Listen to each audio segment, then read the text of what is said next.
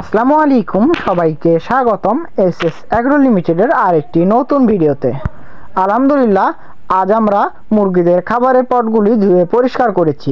একই সাথে আজ অনেক দিন পর আমরা আবার ভয়েস ভিডিও আমরা যে ডিভাইস দিয়ে ভিডিওতে ভয়েস দিয়েছি সেই ডিভাইসটার সমস্যা হওয়ার কারণে এতদিন ভিডিওতে ভয়েস দিতে পারি নাই, যার কারণে আমরা আন্তরিকভাবে দুঃখিত। খাবারের পটগুলোতে অনেক ময়লা পড়ে গিয়েছিল এবং সেগুলোর থেকে বাজে গন্ধ আসছিল, যার কারণে মুরগিগুলি ঠিক করে খাবারও খাচ্ছিল না। একই সাথে আমরা মুরগিগুলোকে যে কনসালট্রেট দিয়ে খাবার তৈরি করে খাওয়াতাম, সেই কনসালট্রেট আমরা কিছুদিন আগেই পরিবর্তন করেছি, যার কারণে পুরনো খাবার আর নতুন খাবারের গন্ধ অনেকটাই আলাদা। তাই মুরগিগুলো ঠিকভাবে খাবার খাচ্ছে না।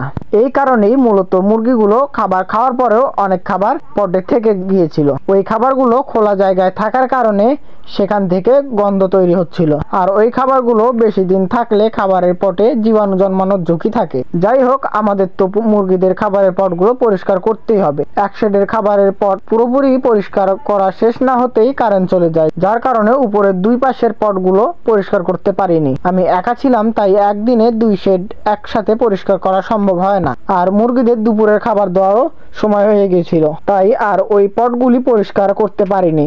ইনশাল্লাহ গতকাল ওই পটগুলো পরিষ্কার করব। আশা করি ভিডিওটি ভালো লেগেছে।